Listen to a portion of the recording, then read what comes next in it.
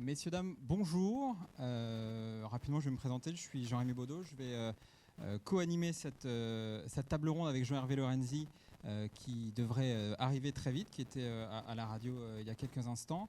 On va peut-être commencer par revenir un petit peu sur ce qui s'est dit depuis 2 jours. On a parlé donc des sociétés vieillissantes. Sont-elles condamnées? C'était le titre de ce forum. On a parlé fiscalité, immigration, solidarité, enjeux financiers, enjeux aussi de société. Cette dernière table ronde va permettre d'avoir, voilà, comme le titre l'indique, un regard croisé sur nos sociétés vieillissantes avec une situation économique et sociale relativement inédite puisque on est voilà, face à une charnière, peut-être une charnière démographique dont on va pouvoir tous discuter. Je vais peut-être commencer en attendant Jean-Hervé Lorenzi, faire rapidement le tour de la table pour que, avant la présentation que les différents invités vont pouvoir faire, qu'on puisse situer qui est qui.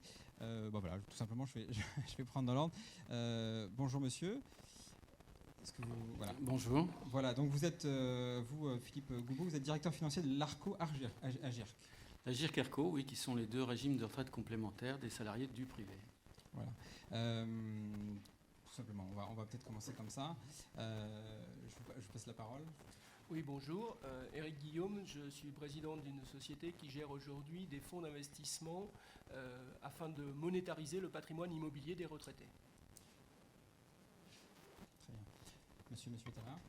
Oui, Mathias Patala, je suis président d'un cabinet de conseil qui s'appelle Jalma, qui travaille dans le domaine de la santé et de son financement. Plus fort? Vous voulez que je répète? Oui. Non, je disais que j'étais président d'un cabinet de conseil qui s'appelle Jalma et qui travaille dans le domaine de la santé et de son financement.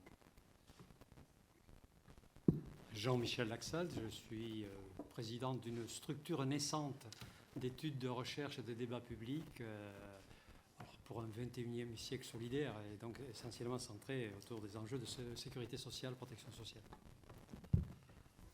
Bonjour, je suis Brigitte Dormont, donc je suis universitaire, professeure à l'Université Paris-Dauphine et responsable de la chaire santé de la Fondation du Risque. Alors Françoise Forette, moi aussi je suis prof de médecine interne et de gériatrie. Je suis directrice de la Fondation nationale de gérontologie et directrice d'ILC France, ILC voulant dire International Longevity Center. C'est un organisme sœur de 12 organismes identiques dans le monde qui s'intéressent aux problèmes du vieillissement. Bonjour, je suis sociologue, professeur à Paris Descartes et, voilà, et auteur d'un livre récent qui s'appelle Les défis du vieillissement. Bonjour, Jean-Michel Lasserie, donc co-responsable avec Lyon d'une chaire qui s'appelle Finance et développement durable et qui a été créée à Dauphine avec Polytechnique aussi, sous l'impulsion de EDF et de Crédit Agricole. Voilà, donc on le voit des profils quand même assez différents entre le monde de la finance, le monde de la mutualité, le monde de la médecine et aussi de la sociologie. Peut-être un petit mot avant que Jean-Hervé Lorenzi arrive, s'il y a des gens dans la salle qui ont des impressions à donner sur des gens qui étaient peut-être là ce matin ou hier sur des réflexions qu'ils ont pu avoir, qu'on pourra ensuite confronter à nos invités. Est-ce que quelqu'un a quelque chose à dire?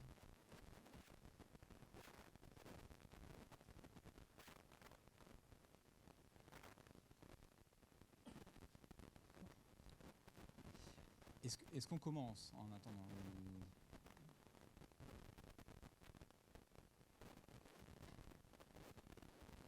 Bon, allons-y. Ne perdons pas de temps. Alors peut-être, voilà, on va vous demander chacun de faire une petite introduction, 5-7 minutes pour planter un peu le débat, les thèmes de cette table ronde. Tout simplement, commençons dans l'ordre, d'autant que vous devez nous quitter assez vite. Donc, monsieur Goubeau. Oui, alors le thème qu'on a traité cet après-midi est assez vaste.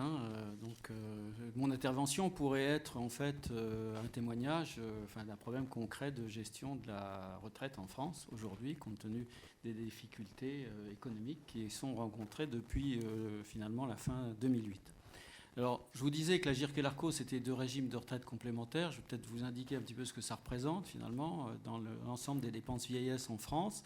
L'AGIRC et l'ARCO, ça représente précisément à peu près un quart des dépenses vieillesse. Et si l'on prend la seule population des salariés des secteurs privés, l'Agirc et l'Arco financent à peu près 40% de la retraite des salariés en France. Alors ça concerne à peu près 17,5 millions de cotisants et 9,8 allocataires si on prend les allocataires titulaires d'une allocation de droit direct. En volume financier, le chiffre d'affaires, alors je ne sais pas si le terme est bien approprié, mais le flux, en tous les cas, le flux annuel des cotisations est d'à peu près, enfin des ressources, parce qu'il n'y a pas que des cotisations, il y a aussi quelques contributions financières. Enfin, le flux annuel des ressources est d'à peu près 64 milliards pour l'ensemble du dispositif Agirc-Arco, c'est-à-dire 44 milliards à peu près pour l'Arco et 20 milliards pour l'Agirc. Et ces régimes qui fonctionnent en répartition détiennent malgré tout des réserves. C'est vrai qu'en répartition pure, on n'imagine pas forcément nécessaire de détenir des réserves. Ça marche pas, je pense, là. Je ne sais pas si on m'entend dans la salle. Oui, ça marche, là. Donc, on n'imagine pas toujours que dans les régimes fonctionnant en répartition, il soit nécessaire de détenir des réserves, mais les régimes dont la responsabilité revient aux partenaires sociaux ont finalement quand même engrangé au fil du temps des réserves qui représentent aujourd'hui un petit peu moins de 60 milliards. Enfin, on avait 60 milliards en début d'année. Vraisemblablement, en fin d'année, on sera à 58 milliards. Pourquoi ? Parce qu'on est entré dans une phase de désinvestissement depuis l'année dernière, compte tenu des difficultés, enfin de l'incidence de la crise économique qui s'est amorcée en fait fin 2008. Alors cette crise économique, elle se traduit très concrètement en 2009 par tout simplement un tassement des assiettes de cotisation. L'assiette des cotisations en Agirc, l'Agirc c'est le régime des cadres. On distingue en France les cadres, les non-cadres. L'Agirc, c'est le régime spécifique aux cadres. Et l'Arco, c'est le régime complémentaire de l'ensemble des salariés. C'est-à-dire que les cadres cotisent également à l'Arco, mais jusqu'au plafond de la sécurité sociale. Et ensuite, donc, ils cotisent à leur régime, qui est le régime Agirc. Donc, l'assiette, qui est un peu différentielle malgré tout du régime Agirc, a baissé quand même de 2,5% en 2009, ce qui est assez considérable quand même. Et globalement, finalement, l'assise économique des régimes, celle de l'Arco, a baissé de 1%. Alors évidemment, on enregistre parallèlement l'incidence de la démographie générale qui fait que nos charges dans l'exercice 2009, compte tenu d'une revalorisation équivalente à peu près au prix, eh bien nos charges ont progressé de 5%. Donc ça fait forcément un effet ciseau qui a cette incidence sur nos comptes. On est donc entré en déficit et on a dû prélever sur nos réserves pour apporter un financement complémentaire pour le paiement des allocations.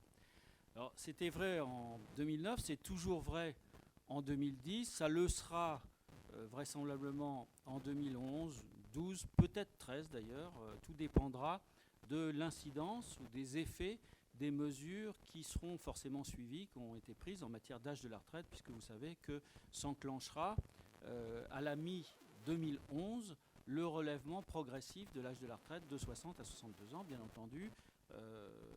Ça décalera les départs en retraite et ça aura un effet, au plan technique en tous les cas, favorable sur l'équilibre des régimes qui devrait nous ramener progressivement à des conditions d'équilibre, mais assez progressivement.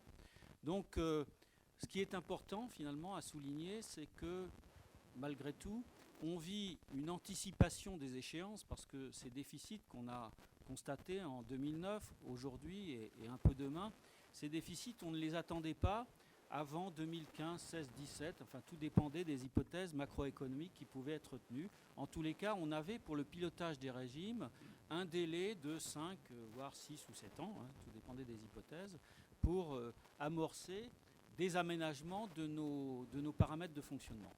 Et puis finalement, on s'est trouvé, je dirais, un peu précipité du fait de la crise économique dans ces difficultés de financement qu'il a bien fallu appréhender et auxquelles il a fallu pallier par les prélèvements sur nos fonds de gestion. Alors, vous voyez que quand on évoque ces difficultés, on voit là tout le problème de la gestion des régimes, qui est une gestion pluriannuelle. On ne peut pas piloter des régimes de cette importance-là année par année.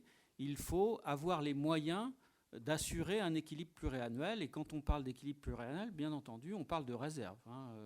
vous avez forcément des séquences plus ou moins longues, enfin des phases de transition plus ou moins longues, avec des périodes d'excédent et de déficit. Et il faut piloter les régimes dans ces conditions-là. Et les partenaires sociaux, je dirais, ont très très bien géré les régimes en accumulant en quelque sorte ces réserves à hauteur de 60 milliards d'euros, ce qui est quand même une somme assez considérable. Cependant, il s'agit bien de réserves de régime fonctionnant à répartition, c'est-à-dire ne représentant que l'équivalent d'un flux annuel. Si on était en capitalisation, on aurait 15 à 20 fois cela. Ce sont bien des réserves qui ne représentent pas d'engagement de retraite, mais qui ont une fonction de lissage en fait dans le pilotage des régimes. Et c'est une question importante parce qu'il faut bien entendu assurer des conditions qui permettent progressivement le retour à l'équilibre entre les ressources et les dépenses, mais il faut aussi piloter l'utilisation de ces réserves dans le temps sur des phases de transition qui ne doivent pas excéder ce que forcément peuvent supporter ces fonds-là. Alors c'est tout un pilotage qui a son intérêt et aujourd'hui, c'est cela qu'il faut bien mettre au crédit des partenaires sociaux. On a désinvesti en 2009 et 2010 à peu près 6 milliards d'euros. Donc vous voyez que c'est quand même des mouvements assez importants. Et on a constitué des fonds dits adossés pour pallier au désinvestissement de l'année 2009 à hauteur à peu près de 5 milliards d'euros. Donc le tout fait 11 milliards d'euros.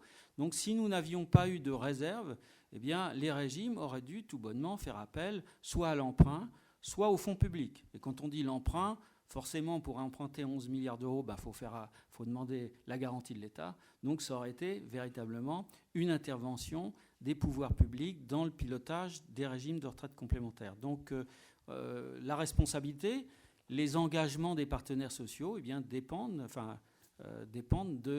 finalement de la bonne gestion de ces réserves. Et aujourd'hui, dans le cadre de ce pilotage, en tant que financier, on se préoccupe beaucoup de savoir comment, finalement, on va s'organiser pour ces désinvestissements sur cette période de transition à venir et savoir comment on va aussi gérer nos portefeuilles, puisqu'on n'est pas en répartition, mais il y a quand même une sorte de logique actif-passif, c'est-à-dire qu'il faut que les contraintes de passif, que sont ces désinvestissements à venir, on puisse y répondre en assurant une adéquation au niveau des actifs qui sont détenus. Donc ce sont toutes les questions financières qui sont aujourd'hui posées à nous. On va justement essayer de revenir sur toutes ces questions, notamment à travers peut-être un autre prisme. Éric Guillaume, si je peux vous demander d'intervenir. Donc vous êtes le président du groupe Cohésion, plutôt donc si je ne me trompe pas du côté plutôt d'une vision mutualiste de tout ça. Vous avez lancé donc des fonds. Est-ce que vous pouvez nous expliquer un petit peu quel est votre projet ? Oui, merci. Comme disait Monsieur Goubot, on est sur un regard croisé. J'ai effectivement passé une grande partie de ma carrière dans les compagnies d'assurance, dans le monde des institutions de retraite et de prévoyance, dans le champ effectivement de la répartition.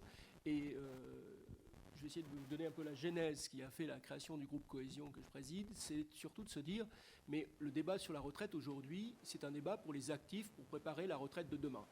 Et la problématique sur laquelle j'ai voulu travailler, c'est de dire, mais une fois qu'on est en retraite, qu'est-ce qu'il nous reste et que peut-on faire ?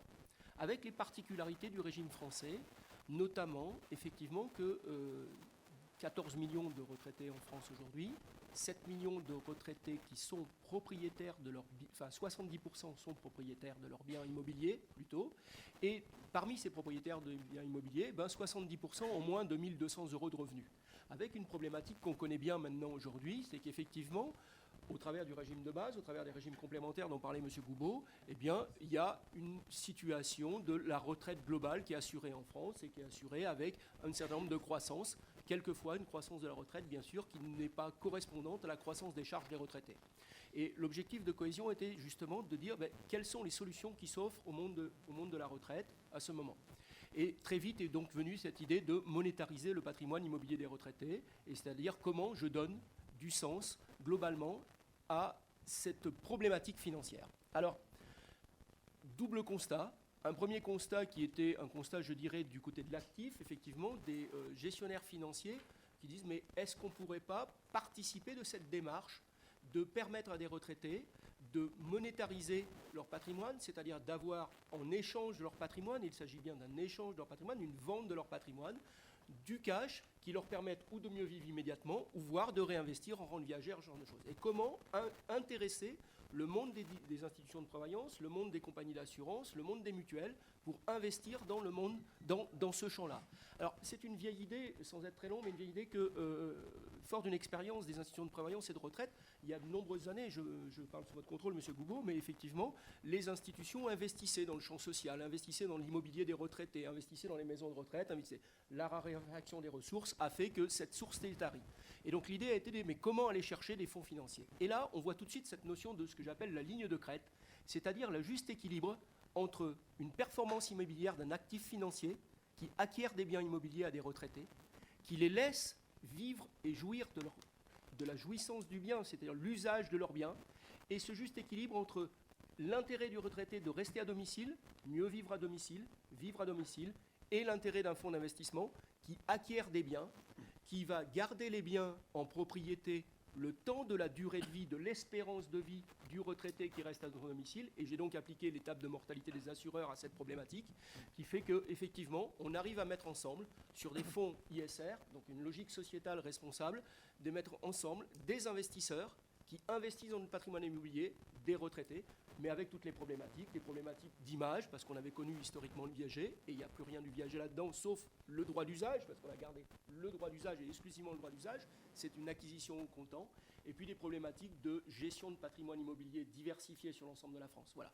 L'objet de cohésion, c'est ça, c'est le sourcing de biens, c'est le property management pour le compte d'investissement, c'est-à-dire mettre en rapport, aujourd'hui, 12 000 personnes en France retraitées, qui sont prêtes à se séparer en termes de propriété de leurs biens, tout en restant à domicile, avec l'usage dans un acte notarié qui les sécurise. Juste pour qu'on soit d'accord, est-ce que c'est déjà un système qui fonctionne?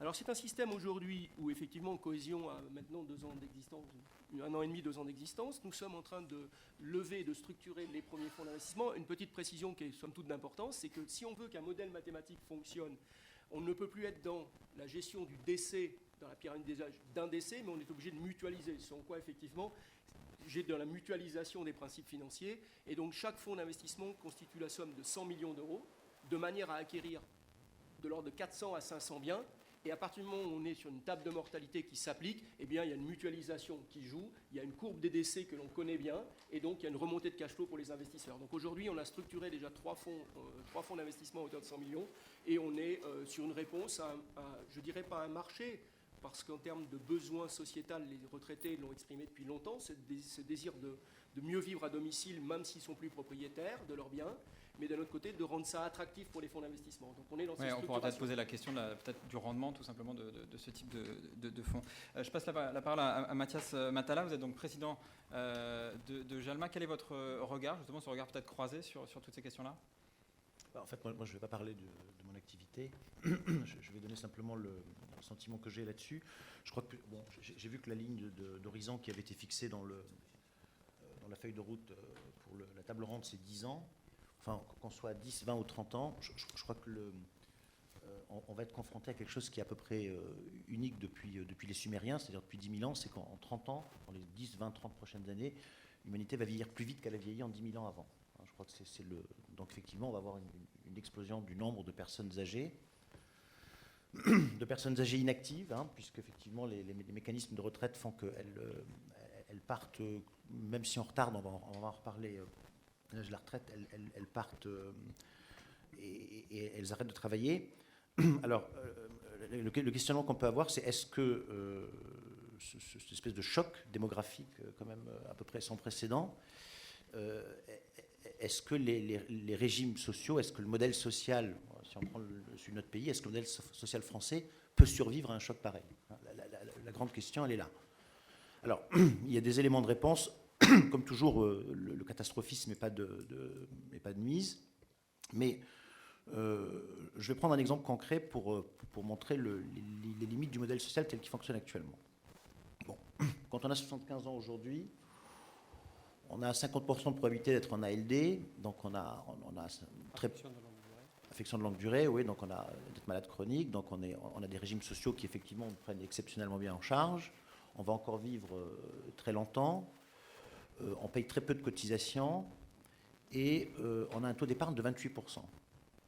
Ce qui veut dire que le modèle social qu'on a créé depuis 1945, aujourd'hui, conduit indirectement à financer l'épargne des personnes très âgées, qui concentrent l'essentiel de l'épargne en France. Hein. Le mécanisme d'épargne, il faut le rappeler, je crois que le Crédoc le montre bien, l'épargne, ce n'est pas un phénomène d'actif, c'est un phénomène d'inactif. Hein. C'est les retraités qui épargnent. C'est pas à 50 ans, on épargne 1% de son revenu, à 75 ans, on épargne 28%. Je crois que c'est un chiffre qui est quand même très éclairant. Hein. Donc finalement, c'est les enfants et les petits-enfants, soit au travers de leur cotisation, soit au travers du remboursement qu'elles feront un jour de la dette publique, si tant est qu'on la rembourse, qui financent l'épargne des parents. Donc on voit qu'on est sur un système, finalement, où aujourd'hui, les mécanismes de répartition qu'on a mis en place depuis 1945, et qui ont permis, effectivement, de sortir les inactifs, les retraités de la pauvreté, sont des systèmes qui, dans la logique, c'est un peu inversé, qui sont devenus un peu fous, puisqu'ils conduisent finalement à une démarche inverse, qui conduit à une démarche où finalement les populations inactives pompent une partie de plus en plus importante des ressources collectives, hein, et on voit très bien qu'on a du mal à en sortir parce que leur poids électoral augmente, parce que le nombre de retraités augmente, qu'effectivement ils votent, et que donc les réformes sont extrêmement difficiles à mettre en œuvre. Donc est-ce que ça peut continuer comme ça? C'est-à-dire, est-ce qu'on peut effectivement, à travers des mécanismes de retraite par répartition, qui sont à la fois les retraites en direct, les systèmes de santé, qui sont in fine des régimes de retraite par répartition qui ne disent pas leur nom, est-ce qu'on peut continuer à imaginer effectivement des mécanismes de transfert aussi massifs, hein, et aussi finalement asymétriques entre les actifs et les inactifs? Et c'est ça le vrai problème aujourd'hui du vieillissement, c'est que on se rend compte effectivement que les mécanismes finalement du modèle social n'ont pas intégré, hein, cette espèce de montée absolument foudroyante, et que finalement les mécanismes qui étaient vertueux à l'origine, qui avaient une bonne intention, sont devenus effectivement extrêmement pervers. Alors là-dessus, il y a différentes solutions. Là, on parle de l'allongement de la durée d'activité. Bon, c'est vrai que je crois que c'est Peter Drucker qui disait que si le président Roosevelt avait mis en place la retraite, l'âge légal de la retraite aux États-Unis en 1996 au lieu de le mettre en place en 1936, il l'aurait mis à 79 ans et pas à 65. Donc on peut imaginer effectivement un allongement de la durée d'activité qui fait que la durée d'inactivité se rétrécit et que donc le problème se règle. Ni le monde du travail n'y est prêt, ni sans doute même le progrès technique, puisque on a dit beaucoup ce matin, j'ai entendu ça effectivement, que les gens vivaient plus longtemps en bonne santé, mais visiblement là, ils vivent en bonne santé physiquement. Le physique, et quelque part, la recherche a eu des résultats plus favorables que sur le cerveau, puisqu'effectivement, le déclin de la capacité de réfléchir est encore plus rapide que le déclin de la capacité à courir ou à voyager. Donc il y a un phénomène, non mais c'est vrai, on peut toujours raconter que les gens vont travailler jusqu'à 80 ans. Bon, c'est vrai que Churchill, on en parlait à midi, malgré son taux d'alcoolisme tout à fait important, travailler encore à 80 ans. Je connais aussi des exemples de gens qui le font, mais enfin, ça reste quand même des exceptions. Hein. Donc, puis après, le marché du travail n'est pas prêt. On ne peut pas dire qu'on va allonger l'âge de retraite jusqu'à 67 ou à 70 ans, alors que les entreprises font partir les gens à 58. Donc, on se rend bien compte que cet allongement de la durée d'activité pour régler ces problématiques, ce n'est pas une solution, on va dire, triviale. Enfin, ça ne se fait pas comme ça en claquant dans les doigts. En plus, ça fait sortir les jeunes dans les rues qui disent mais si les vieux travaillent plus longtemps, on n'aura pas de boulot. Donc, en fait, c'est compliqué. Donc, c'est mauvais pour la solidarité entre les générations. Après, on peut toujours imaginer aussi, effectivement, on voit bien au travers des mécanismes sociaux qu'il y a sans doute aujourd'hui des transferts, parce qu'on parle de retraités qui ont des petits niveaux de revenus. Moi, je pense que là aussi, c'est encore un peu du misérabilisme, un peu d'après-guerre. On est toujours sur un schéma où vieillesse égale pauvreté. C'est pas vrai. Les statistiques macroéconomiques montrent bien que les retraités aujourd'hui, et c'est plutôt une bonne chose d'ailleurs, il n'y a aucune critique, vous voyez aucune critique dans mon propos, ont des niveaux de revenus qui, si on additionne les pensions et les revenus financiers, l'épargne, et puis le fait qu'ils sont propriétaires, le fait qu'ils n'ont plus de personnes à charge, enfin que les foyers sont effectivement beaucoup plus réduits. Lorsqu'on regarde froidement et objectivement la situation des retraités, ils sont aussi riches que les actifs. Donc, je pense, je crois qu'on ne peut pas le contester. Donc, ce serait équitable déjà, effectivement, qu'ils payent autant de CSG, autant d'impôts que les actifs. Donc, on peut imaginer aussi de leur demander de faire des efforts. Mais on voit bien, et cela étant, les sujets sont quand même extraordinairement tabous, parce qu'on voit que le fait de réformer les ALD, de demander aux personnes âgées, effectivement, de payer un peu plus de CSG, on voit que c'est des sujets qui, visiblement, provoque des migraines ophtalmiques terribles dans le cerveau des politiques, et qu'on a du mal à avancer, mais aussi parce qu'effectivement, la déformation démographique fait qu'il y a une déformation aussi de la structure de pouvoir dans les sociétés, puisque le poids des retraités est de plus en plus lourd sur le plan électoral. En plus, ils votent plus que les jeunes, donc en proportion quand on regarde les chiffres. Voilà, donc je pense que on est sur une logique qui est une logique plus socio-économique. Est-ce que le modèle social peut résister à ça? Est-ce qu'il saura se réformer à temps? Ou est-ce qu'il explosera en route? Et puis effectivement, après, on peut avoir plein d'autres débats, mais la question de savoir est-ce que les cités vieillissantes sont condamnées, une partie de la réponse est là-dedans. On reviendra évidemment aussi sur les questions de fiscalité, de savoir s'il faut aussi adapter les tâches à l'âge. Et puis sur tous les débats, je crois qu'il y a des gens qui n'étaient pas tout à fait d'accord avec vous sur certaines questions. Je passe la parole à Jean-Michel Laxalt. J'espère pas écorcher votre nom. Donc vous êtes président de l'Institut Montparnasse. Quel est votre point de vue?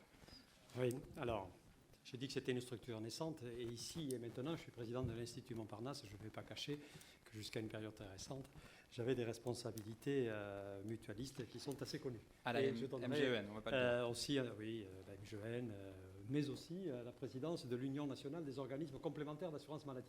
Je vais donner un petit témoignage tout à l'heure. Alors, mon état d'esprit, je m'inscris plus dans les sociétés de longévité que dans les sociétés vieillissantes. Dans mon esprit, c'est plus un progrès qu'une décadence. Enfin, le mérite d'un titre, c'est déjà de permettre de le discuter. Ceci dit, c'est la rançon d'un progrès que de constater cet allongement de la longévité. Ce progrès, il y a sans doute la part des facteurs individuels, innés ou acquis, et puis la part du cadre collectif, des politiques publiques et de la protection sociale. Je ne vais pas trop avancer sur le terrain, mais selon que l'on joue plus sur les facteurs individuels et collectifs, il y a beaucoup de choses qui peuvent changer. En tout cas, je voudrais dire, et sans rentrer dans ces analyses-là, les sociétés de longévité, dites vieillissantes, moi je souhaite qu'elles ne soient pas figées sur une nostalgie d'un âge d'or derrière nous, mais qu'elles demeurent tournées vers l'avenir, qu'elles aient l'énergie du futur. Et par exemple, la part dans de telles sociétés de l'investissement et de l'épargne est un bon indicateur sur l'état d'esprit même des sociétés. Alors, moi ici, dans ce débat, je serai porteur de la proposition et de la réponse de solidarité. D'une part, parce que la solidarité structure les sociétés.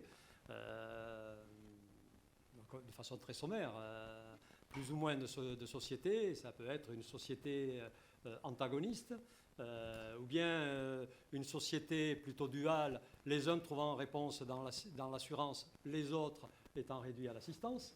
Mais ce n'est pas qu'un sujet un peu philo-social, la solidarité. Je voudrais aussi dire tout de suite, mais en très peu de temps, que les organismes ou systèmes de solidarité procurent un retour sur l'économie même du pays. C'est ce qu'on ne dit que trop peu, voire jamais. Et puisque Madame ma voisine et Monsieur, ici mon voisin, travaillent pas mal sur les dépenses de santé, pour ne prendre que la couverture par la sécurité sociale, l'assurance maladie, elle garantit plus de 2 millions d'emplois. Elle assure donc le revenu ou la rémunération de personnes qui sont des fonctionnaires hospitaliers, mais qui sont aussi des professionnels libéraux. C'est donc de l'emploi, c'est du pouvoir d'achat, c'est de l'investissement physique, les constructions, restructurations d'hôpitaux, de cliniques, les équipements technologiques modernes, innovants. Tout ceci, nous ne l'aurions pas au même niveau s'il n'y avait pas la sécurité sociale. Et donc, portant la réponse de solidarité, je voudrais tout de suite nous mettre en garde contre une vision un peu rapide. La solidarité, ça coûte et c'est une charge. Il faudra bien faire un jour le rapport entre les points de PIB en cotisation et les points de PIB en retour de l'économie. Quelques-uns s'y sont lancés il y a quelques années, mais de façon un peu partielle. Donc la solidarité, pas simplement parce que c'est une belle philosophie, mais parce qu'elle est agissante pour les individus et bienfaisante pour la collectivité. Alors, la réponse de type protection sociale a l'avantage de faire converger les intérêts réciproques, puisque jeunes, moins jeunes et plus âgés, voire vieux, sont dans le même système, avec une solidarité intergénérationnelle, les actifs, les inactifs, ou en tout cas les retraités, tout ceci, c'est une dynamique qui est solidaire, sociale et économique. Je voulais souligner ceci. Alors, dans notre débat, l'une des interrogations, là je poursuis un peu ce qu'a dit Mathias Matala, peut-être pas dans le même sens, l'une des questions c'est, va-t-on revenir à une société de seniorité, puisqu'on dit comme ça maintenant, hein, de seniorité pauvre? Ça a été une réalité. On peut dire ce que vous dites aujourd'hui, mais bien des indications nous font penser que, ne serait-ce que parce que l'horizon des retraites, qui pour une part reflèteront des carrières professionnelles heurtées, partielles, incomplètes, et d'autre part les mécanismes de réajustement, vont faire que nous allons quitter le haut de la vague sur laquelle nous surfons, surtout ceux qui, comme moi, sont dans la génération des bébés-boom. La vague retombe. Peut-être que les questions d'équilibre intergénérationnel et de solidarité économique vont se poser dans des termes différents, radicalement différents, je ne sais pas, mais en tout cas dans des termes différents. Alors, on va avoir une réponse assez rapide, puisque le débat de la dépendance est dans l'agenda politique et que d'ici 8-10 mois, on devrait avoir la réponse. Moi, je voudrais témoigner de ce que peut être une réponse de solidarité à travers ce que la mutuelle dont j'étais responsable, qui s'appelle la MGN, a mis en place à partir de cette année. La notion de dépendance. D'abord, je ne détaille pas tout, hein, d'abord, la MGN l'inclut dans la complémentaire santé. Donc, ce n'est pas une garantie à part avec une cotisation à part, c'est une conception de prise en charge des événements de la vie à tous les âges de la vie. Et deuxièmement, cette notion de dépendance, la MGN ne l'a pas voulu cibler vers les vieux, comme pour les stigmatiser, comme ça qui va coûter cher, mais a mis en place une articulation entre des situations de dépendance qui sont plus temporaires. Pour les moins de 65 ans, c'est quoi? C'est lorsqu'on a un traitement lourd d'un cancer, c'est lorsqu'on a eu un AVC, c'est lorsqu'on a eu un accident de moto et on peut se trouver pendant 3 mois, 6 mois, 9 mois dépendant et avec surcharge de frais. Enfin, donc une notion que la MGN appelle une prestation temporaire, une perte temporaire d'autonomie pour les moins de 65 ans et une dépendance un peu plus classique pour les plus de 65 ans, rente, aide et services. Donc, c'est une façon de ne pas stigmatiser la vieillesse comme présentant une charge nouvelle et donc nécessitant un risque nouveau présenté à la collectivité comme une dépense supplémentaire occasionnée du fait des sociétés vieillissantes. Et là, donc on comprend que donc, la solidarité peut aussi créer de la croissance. Brigitte Dormont, je vous passe la parole. Vous êtes donc professeure à l'université Paris-Dauphine. Voilà, tout simplement, je vous laisse la parole. Merci. Grâce à Mathias Matala, la table se corse.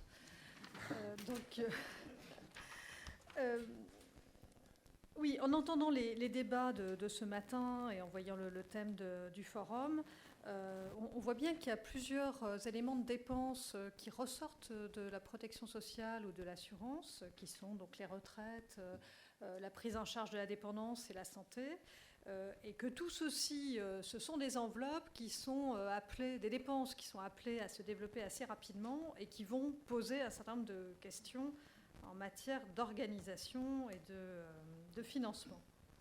Alors, ce qui me frappe dans les débats que nous avons eus, c'est un thème qui apparaît, qui ressort de manière transversale, c'est le thème de l'arbitrage entre l'obligatoire et le facultatif. Donc là, je crois que c'est un point très important. Et avec ça, l'intervention de Mathias suggère bien que l'obligatoire, ça va conduire à des prélèvements intolérables, qui peuvent être jugés intolérables, et au fait que certaines catégories de la population, donc les personnes âgées, vont pomper sur les revenus des actifs avec un niveau de dépenses... vont pomper avec une intensité difficile à soutenir longtemps, pour lequel il n'y aura pas de consensus. Alors, y a-t-il réellement un choc démographique ?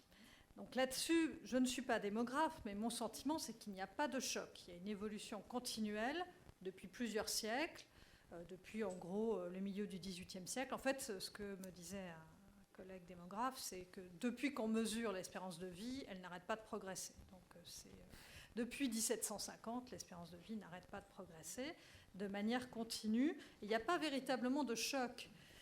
Et dans la littérature économique sur la relation entre vieillissement et dépenses de santé, il y a un papier d'un Canadien dont le titre était « Avalanche ou glacier ». Et ça, je trouvais c'est une très bonne expression. Et donc, ce n'est pas du tout une avalanche, c'est un glacier. C'est-à-dire que le vieillissement, c'est un processus continu qu'on voit bien venir.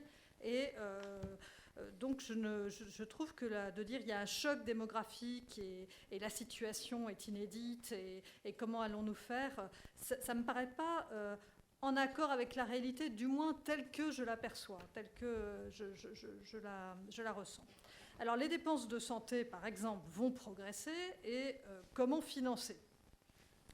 Et est-ce que c'est un problème ? Alors, sur le vieillissement, donc j'étais intervenue ce matin pour parler de la relation entre vieillissement et dépenses de santé, et ce que j'ai essayé de démontrer, c'était qu'en matière de rythme de croissance, le vieillissement avait finalement assez peu d'influence, avait certes une influence positive, mais assez faible comparée à d'autres déterminants, sur la croissance des dépenses de santé. Donc de ce fait, moi j'ai tendance à conclure que le vieillissement de la population n'est pas véritablement un problème en matière de rythme de croissance des dépenses de santé. Alors pourquoi on s'agite sur le vieillissement ? Donc je crois qu'on s'agite en matière de dépenses de santé pour une raison qui est un vrai problème, mais qui n'est pas une raison en rapport avec le rythme de croissance, qui est une raison en termes de niveau. C'est-à-dire que quand nous avons par exemple des complémentaires santé qui sont différents organismes qui interviennent simultanément sur le marché de la complémentaire santé et que ces complémentaires ont des structures par âge de leurs affiliés différentes, là il y a véritablement un problème de vieillissement pour les complémentaires qui ont une plus grande proportion de personnes âgées dans leurs affiliés. Donc, s'il y a problème, et si je crois il y a tant d'agitation et tant de discussions et de débats sur cette question, c'est pour une raison qui n'est pas en rapport directement, enfin, à mon sentiment, avec la croissance des dépenses de santé, mais plus en rapport avec une question de régulation, une question d'organisation du secteur par exemple, pour la santé, de la complémentaire santé. Et donc la question du vieillissement, pour moi, c'est dans la dimension transversale et non dans la dimension de la progression temporelle, une question de problème de concurrence entre organismes. Et c'est une question qui peut recevoir une ou plusieurs solutions ou sa solution. Donc à mon avis, c'est comme ça qu'il faut replacer la question. Alors maintenant, tournons-nous vers... moi, je me sens toujours très... je trouve très intéressant les questions que vous posez parce qu'au moins ça pose les vraies questions. Donc je pense qu'il faut dire ce que vous avez dit pour qu'on puisse nous répondre ce qu'on a envie de répondre. Donc c'est bien de l'avoir dit. Moi je trouve que c'est bien de l'avoir dit. Donc la question que vous posez, c'est une question d'équité. C'est-à-dire est-ce que c'est normal que les jeunes paient, que les jeunes bien portants paient pour les vieux malades, et puis on va dire, est-ce que c'est normal ? Alors il y a un économiste suisse qui est très provocateur, qui s'appelle Peter Zweifel, qui a écrit un papier en disant qu'il ne fallait surtout pas que les primes d'assurance maladie soient régulées comme devant être indépendantes du risque. Il faut qu'elles soient ajustées au risque, parce que le principal problème, c'est que le pauvre bien portant paye pour le riche malade, et ça c'est une véritable inéquité. Donc ce débat existe entre économistes et je crois qu'effectivement il faut le regarder en face. Alors bon, quelques réflexions sur cette question. Moi je pense que les questions d'équité, donc elles se posent en France pour l'instant, elles se posent plutôt sur la question de l'équité verticale entre haut et bas revenus, c'est-à-dire est-ce que les gens qui ont un faible niveau de ressources ont un accès égal à l'assurance maladie et aux soins égal aux revenus. Et pour l'instant, je pense qu'on peut avoir un diagnostic assez positif sur le système français, mais en revanche, nous sommes nombreux à avoir un pronostic très pessimiste. C'est-à-dire que si on laisse en l'état la régulation actuelle, je pense que, compte tenu du fait qu'il y a une possibilité de segmenter les contrats pour les organismes d'assurance. Il y a une possibilité d'ajuster les contrats d'assurance complémentaire à des cibles particulières, et ceci conduit de facto à des niveaux de primes et à des niveaux d'assurance très différents en fonction des publics, et du coup à une explosion du coût de l'assurance pour les personnes âgées. Donc je crois qu'il y a un vrai problème. Les personnes âgées est modeste. Et déjà actuellement, on a mesuré qu'il y avait un taux d'effort, c'est un pourcentage du revenu consacré à l'achat d'une assurance complémentaire qui pouvait représenter 8% du revenu pour les personnes du premier décile qui sont au-dessus du niveau de la CMUC. Et donc pour ces personnes, je pense qu'il y a véritablement un problème d'équité, un risque de renoncement à l'assurance et un risque de renoncement aux soins, de renoncement à l'assurance complémentaire et un risque associé de renoncement aux soins.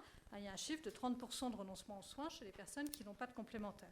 Donc là, à mon avis, il y a un véritable problème d'équité entre haut et bas revenus. Alors, est-ce qu'il peut être... un problème d'organisation, donc clairement, de régulation. Je pourrais y revenir si les gens veulent plus. Mais, alors, je voudrais maintenant venir à l'âge. Est-ce qu'il y a un problème d'équité entre jeunes et vieux? Donc là-dessus, les dépenses de santé des personnes âgées sont plus élevées en moyenne que celles des jeunes. Ça, on l'a vu ce matin. Est-ce qu'on améliorerait... Alors, est-ce que changer l'assurance, faire payer des primes plus élevées pour les personnes âgées, c'est pertinent? Donc là, ça rejoint le problème des niveaux de revenus tels que je l'évoquais tout à l'heure. Et les solutions qui sont souvent proposées dans les discussions sur les questions d'assurance, c'est soit d'ajuster à l'âge, soit de même créer des comptes individuels de santé, une sorte d'épargne individuelle pour financer ces dépenses de santé. Et donc là, il n'y a plus du tout de solidarité, c'est-à-dire que les personnes sont autonomisées dans un compte individuel de santé. Donc là-dessus, je voudrais juste donner un élément qui, à mon avis, à mes yeux, clôt le débat, c'est la caractéristique des dépenses de santé. Donc il faut vraiment avoir en tête que la distribution des dépenses de santé est extrêmement concentrée, c'est-à-dire que 5% des assurés dépensent 50% des dépenses de santé. Et ce ne sont pas toujours les mêmes. Alors, oui. Non, mais justement, ça montre bien que faire des comptes individuels, ça n'a pas de sens. C'est-à-dire qu'il y a un certain nombre d'individus qui ne seront jamais dans les 5%. Donc il faut absolument mutualiser à large échelle. Et ça montre bien que pour des comptes individuels, pour d'autres, en revanche, il y aurait une impossibilité de solvabilité, quel que soit le niveau de revenu.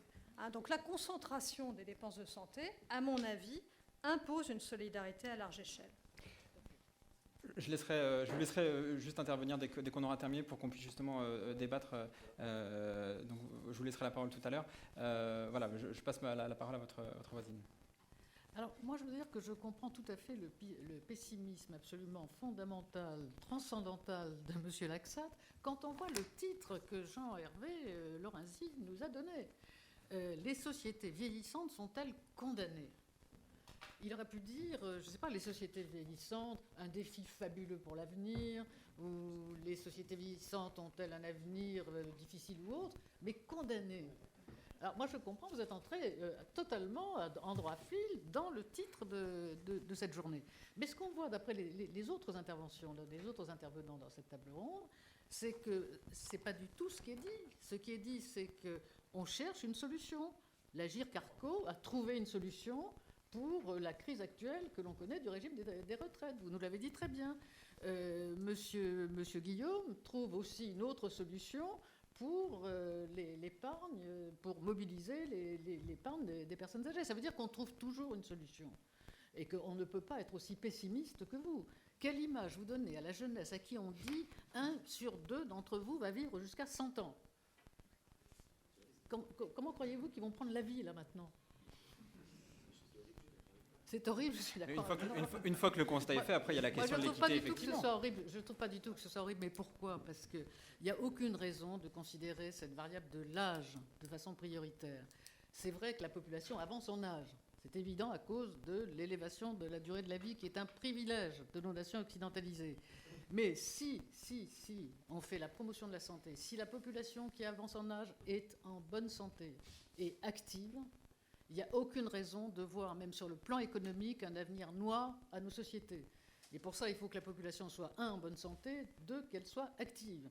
Et je ne partage pas votre pessimisme quand vous dites qu'il faudrait allonger la durée du travail, ce que je crois profondément, mais le milieu du travail n'y est pas prêt.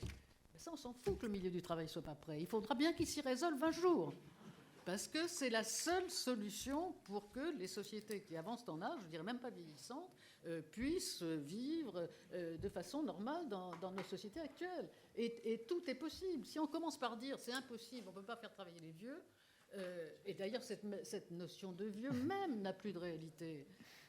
On a un âge qui progresse, c'est vrai, mais on n'est pas vieux à 60 ans, on n'est pas vieux à 70 ans, et moi je pense que la majorité des gens pourraient, s'ils le souhaitaient, mais ça pose le problème des conditions de travail, hein, qui est un problème probablement majeur en France. Pour que les gens travaillent plus longtemps, il faut que le milieu de travail le permette, mais aussi il faut que les gens aient envie de travailler dans ce milieu de travail. Et quand on voit ce que nous disent la majorité des gens qui sont accablés par le stress, accablés par les conditions de travail, c'est bien évidemment pas pour eux un avenir tellement favorable de se disposer à travailler plus longtemps. Je reprends sur la santé. La majorité des maladies qui peuvent conduire à un certain degré de dépendance sont des maladies que l'on peut éviter grâce à la prévention. La majorité. Alors, ce n'est pas 100%, hein, ça ne veut pas dire qu'on va éviter 100% des maladies, mais cette majorité de maladies peut être... Il n'y a qu'à prendre les moyens de mobiliser cette prévention. Ça veut dire que les gens sont de plus en plus en bonne santé, il faudra améliorer encore la prévention et la diminution des maladies invalidantes. Quand on parle de dépendance, la dépendance est absolument catastrophique, il y a 1,2 million de dépendants, 21 milliards de coûts. 1,2 million, ça veut dire que 7% seulement de la population de plus de 60 ans est dépendante et atteinte d'une maladie invalidante. 7%. Ça veut dire que 93% de la population n'est pas dépendante, de plus de 60 ans. Alors c'est vrai que ça augmente avec l'âge, mais c'est véritablement le très très grand âge, à plus de 90 ans, qui pose des problèmes de pourcentage. 42% de la population, et ça c'est l'ensemble de la population. Si vous regardez les hommes, ces chefs-d'œuvre fragiles que sont les hommes,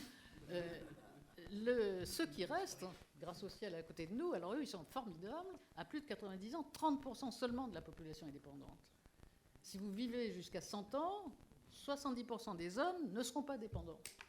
Donc ça doit donner une autre idée de la dépendance. Alors bien sûr, il faut trouver les 21 milliards à l'heure actuelle. Et se pose le problème du 5e risque. Et je suis tout à fait d'accord avec Brigitte Dormand que autant pour l'assurance maladie que pour l'assurance dépendance, on ne peut pas faire de système en dehors de la solidarité. Parce qu'il y a des gens qui sont plus à risque que d'autres. Donc, à l'heure actuelle, il y a de grandes discussions. Ce matin, j'étais aussi à un colloque sur le 5e risque. Je pense qu'on arrivera à trouver des solutions, mais on n'échappera pas à cette solidarité. Et c'est important, et c'est ce qui fait l'humanisme et la qualité de nos sociétés. Un dernier mot sur ce que vous disiez sur la diminution des fonctions cognitives. La réponse est non. Il y a des maladies d'Alzheimer, ça c'est vrai. Mais là aussi, c'est 5% de la population. Ça fait quand même 800 000 personnes. Hein. Mais la majorité des personnes vieillissent sans altération cognitive. On a un fonctionnement cognitif qui est différent. Au fur et à mesure que l'âge avance, ça c'est vrai, on a moins de temps de réaction rapide, mais on a des capacités de raisonnement qui sont bien supérieures aux jeunes, même si c'est un jeune inspecteur des finances. Donc, ils apprécieront. Alors, peut-être surtout si c'est un jeune inspecteur des finances. Donc repenser si vous la voulez, prévention. La majorité des gens ont des fonctions cognitives qui leur permettent de vivre absolument normalement jusqu'à la fin de leur jour et qui leur permettraient de travailler. Ce n'est pas la diminution des fonctions cognitives qui empêche de travailler. C'est le système de travail qui, malheureusement, exclut, et Anne-Marie va nous en dire certainement un peu plus, exclut les seniors, c'est-à-dire les plus de 50 ans. Ce n'est même pas les gens de 70 ans. Donc adapter le travail, repenser la solidarité, repenser la prévention aussi, c'est un petit peu donc les... Je pense à la prévention, je pense à la solidarité, je pense au fait qu'il faut travailler davantage et qu'en plus, cerise sur le gâteau, on a un nombre qui devient de plus en plus important d'études médicales, scientifiques, qui paraissent pas dans les revues d'économie, mais qui paraissent dans les revues médicales, qui montrent que lorsque l'on prolonge son activité intellectuelle et lorsque l'on prolonge son activité professionnelle, on a un retard d'apparition même de la maladie d'Alzheimer. Je donne la parole à votre voisine, justement.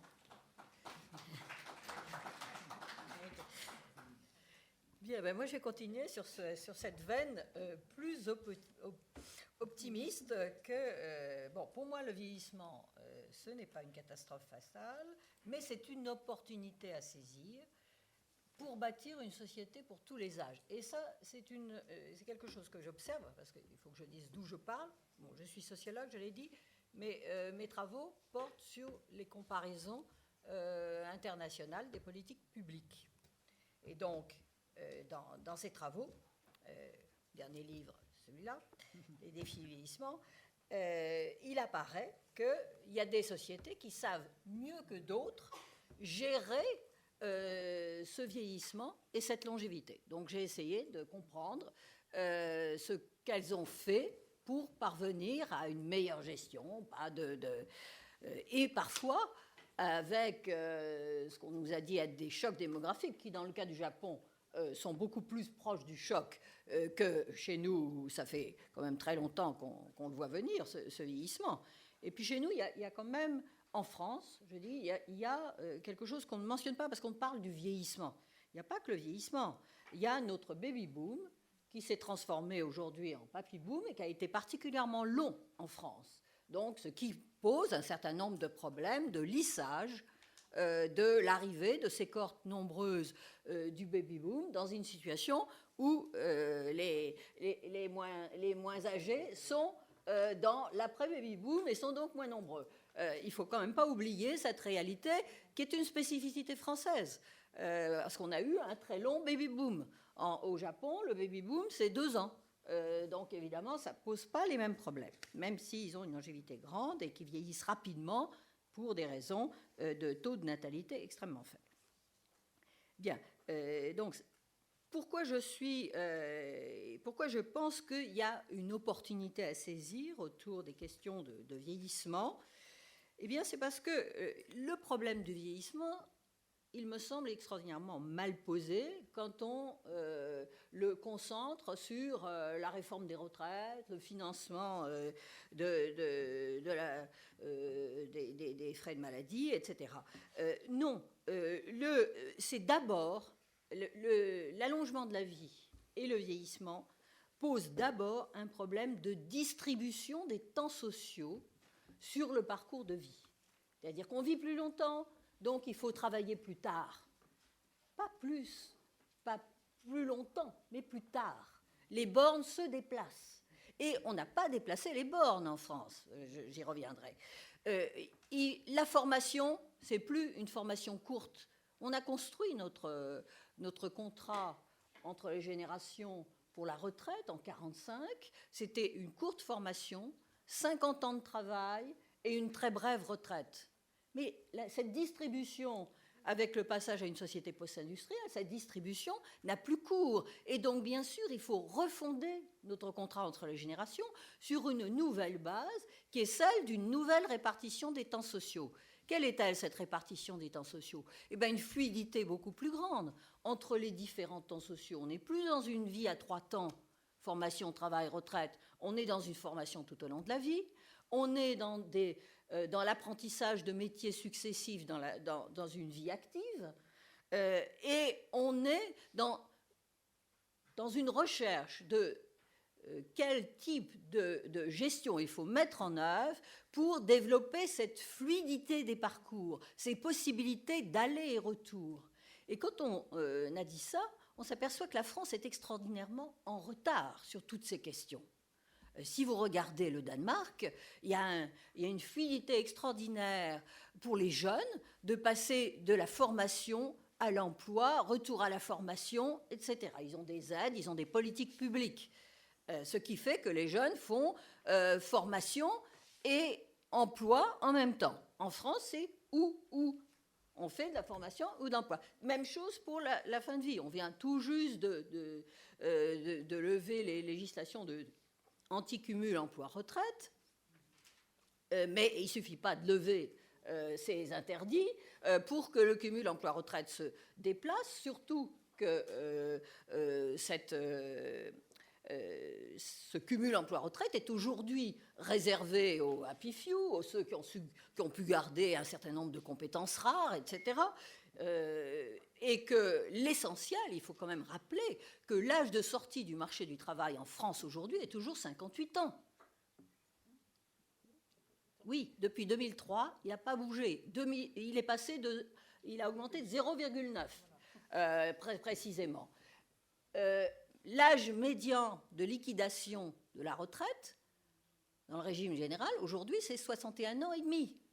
Donc, ça veut dire qu'on ne garde pas les gens en France jusqu'à la retraite. Ils sortent avant. Alors, vous ne me direz pas que ça, c'est un impératif. Si on veut gérer de façon nouvelle ces questions, il faut permettre de développer l'emploi des seniors comme l'emploi des juniors, parce que c'est la singularité française d'être vraiment mauvaise.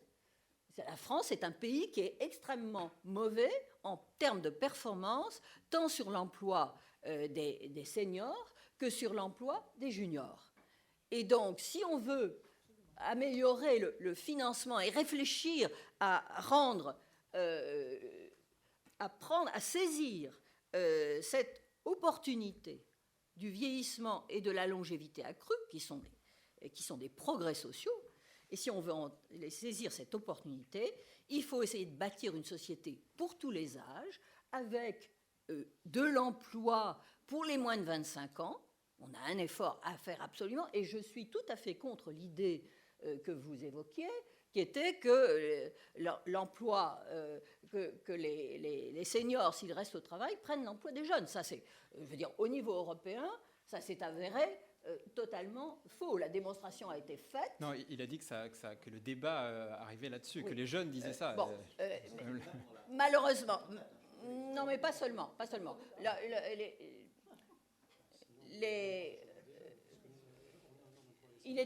Dans les comparaisons européennes, on voit très bien qu'il y a une corrélation, au contraire, entre un niveau élevé d'emploi des seniors et un niveau élevé d'emploi des juniors.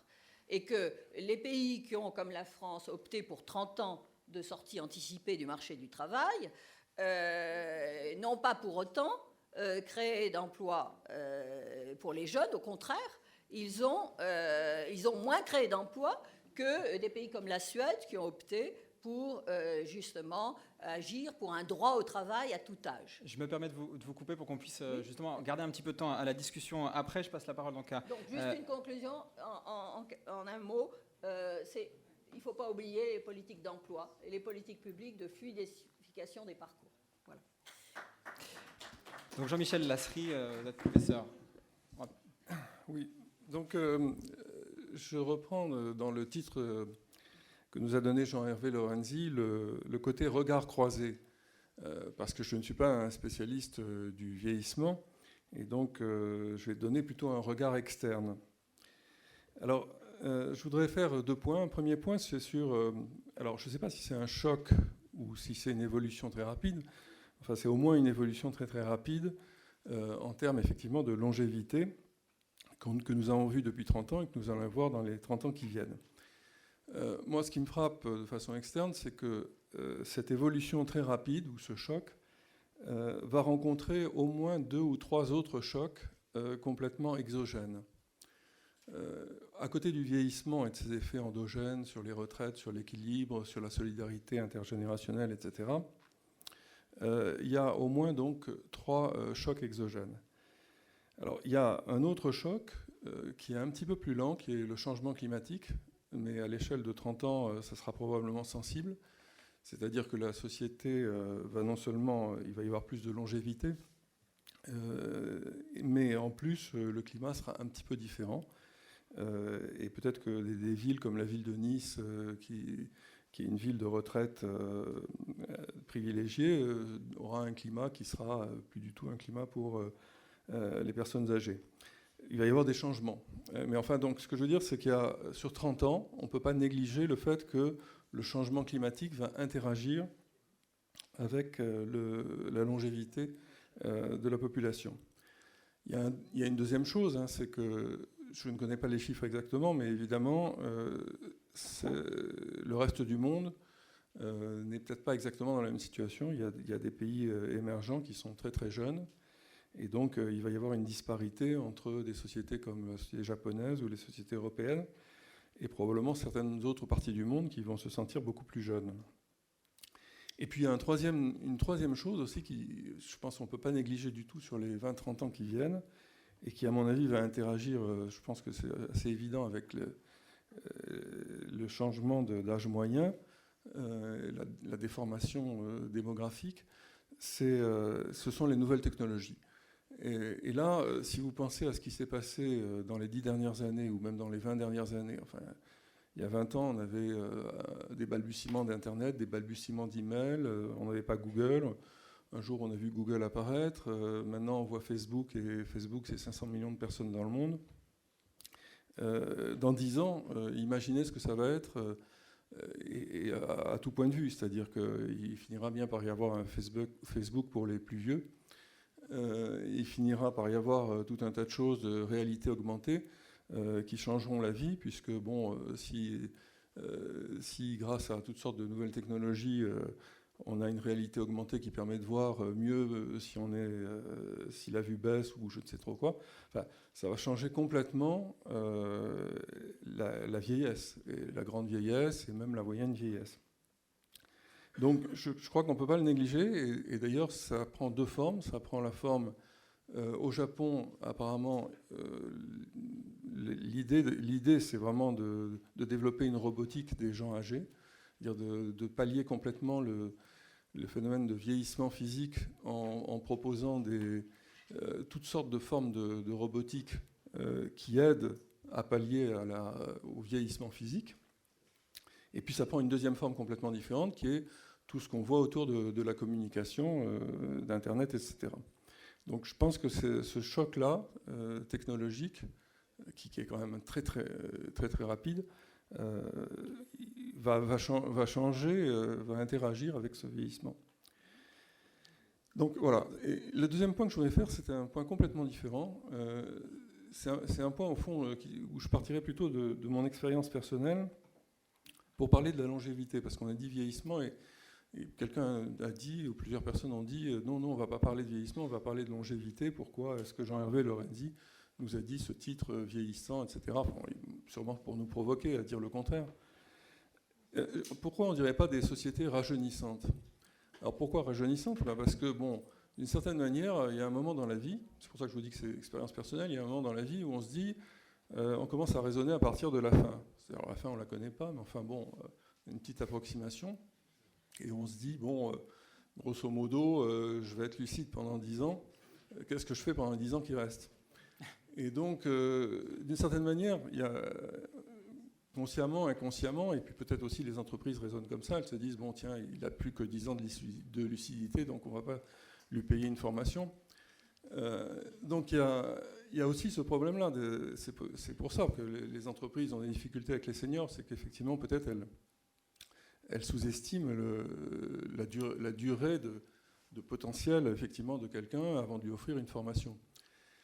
Et donc, mais enfin, bon, peu à peu, ça va sûrement rentrer dans les mœurs. Et quelque part, donc, on peut aussi raisonner à partir de la fin, parce qu'on peut se dire, bon, effectivement, on commence vraiment à avoir des grosses dépenses de santé dans les 20 dernières années. Mais si les 20 dernières années, ça commence à 90 ans, bon, bah, ok, ça fait pas mal de temps avant.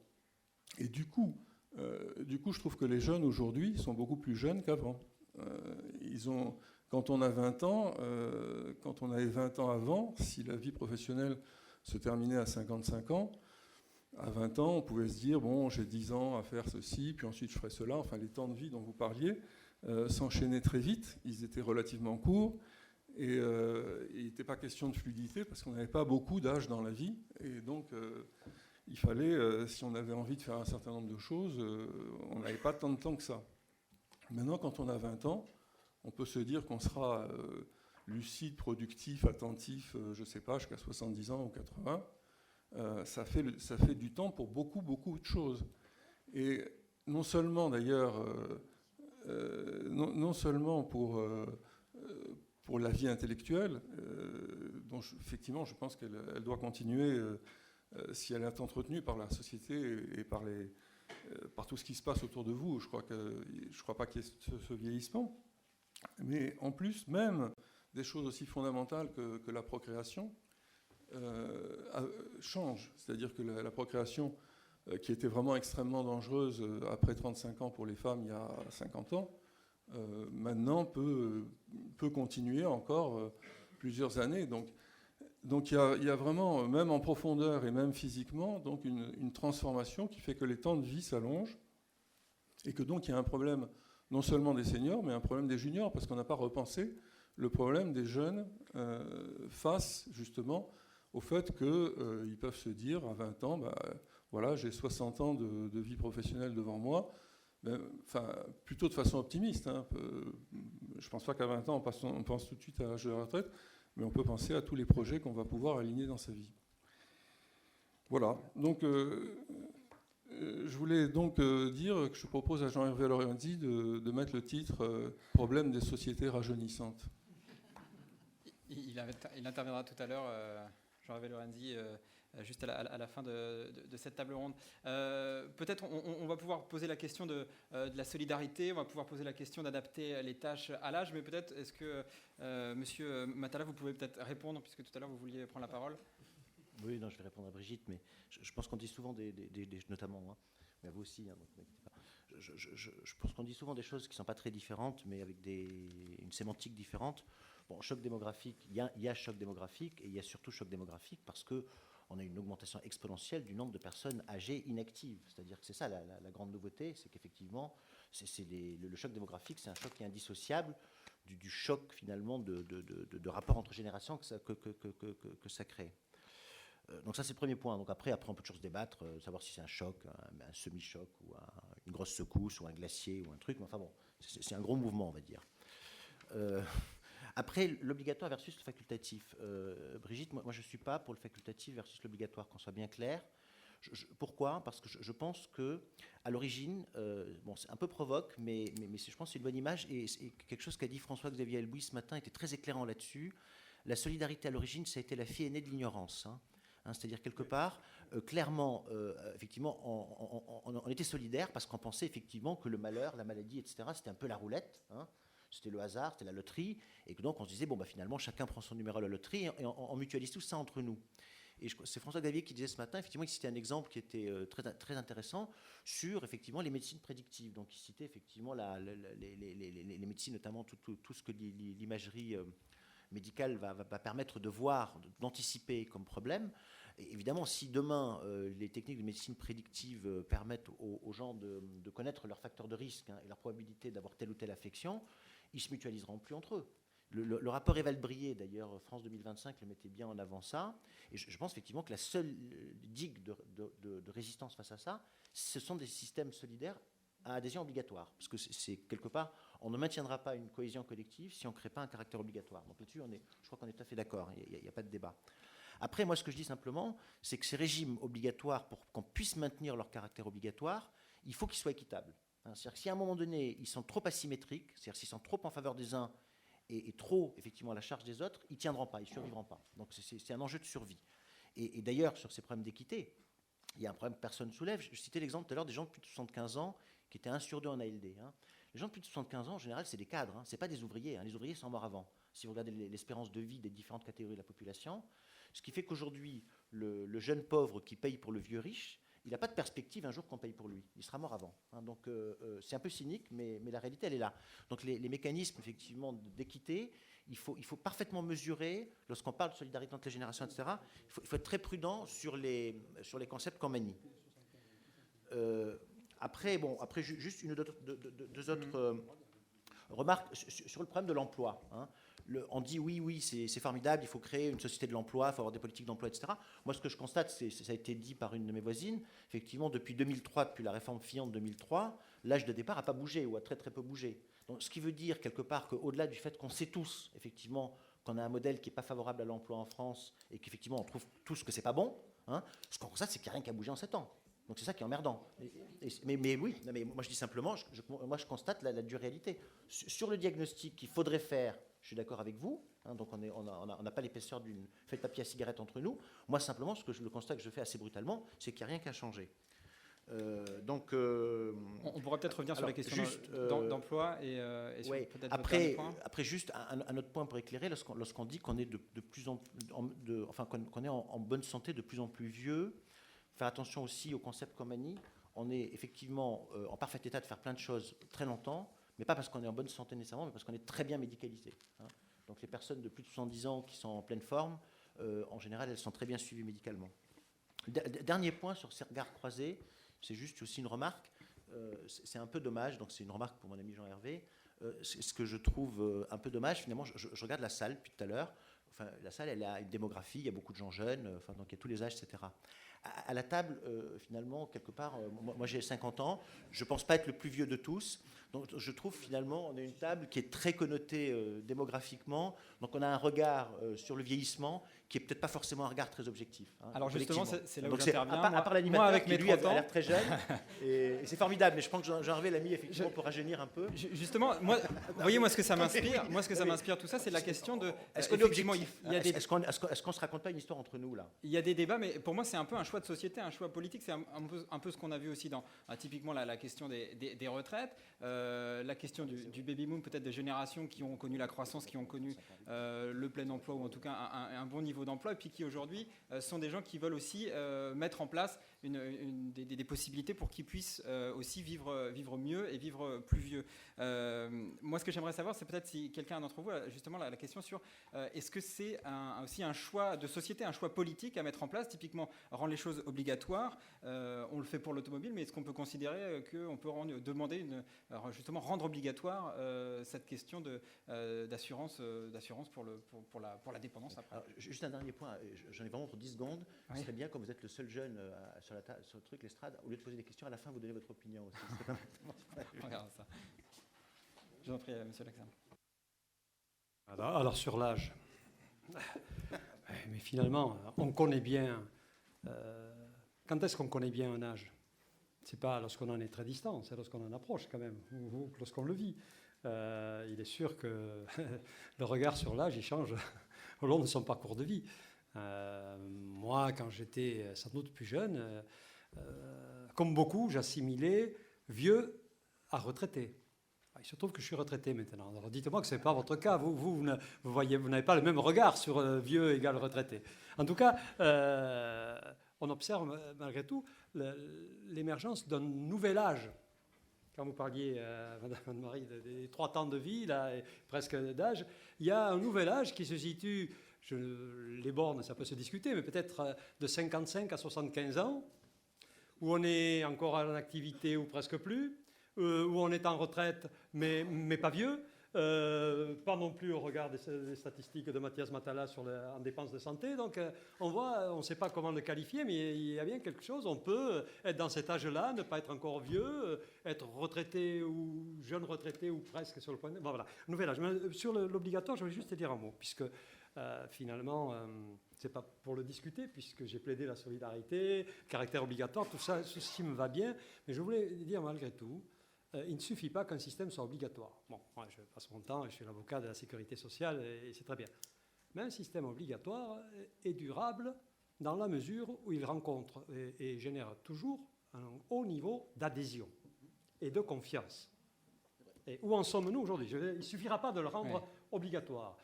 C'est la question du choix de société aussi. S'il y a un risque, pour moi, le déficit qui menace la Sécu, ce n'est pas le déficit financier d'abord. C'est peut-être le déficit de confiance et de crédibilité dans la durabilité et dans la promesse de la sécurité sociale demain. Et le plus grand risque, c'est un risque de rupture de confiance de la part des générations les plus jeunes, qui voient bien, constatent comme tout le monde, que la courbe ascendante de la prise en charge par la sécurité sociale, santé, retraite, c'est terminé. On est passé sur un autre versant.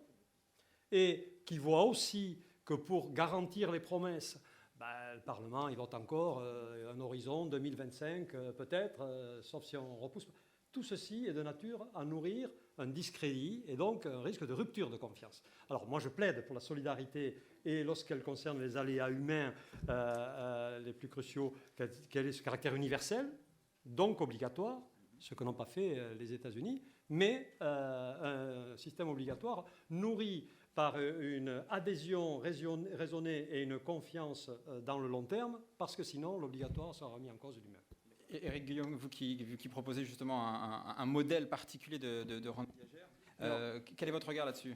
Oui, effectivement, je ne vais pas rentrer dans le principe obligatoire ou facultatif.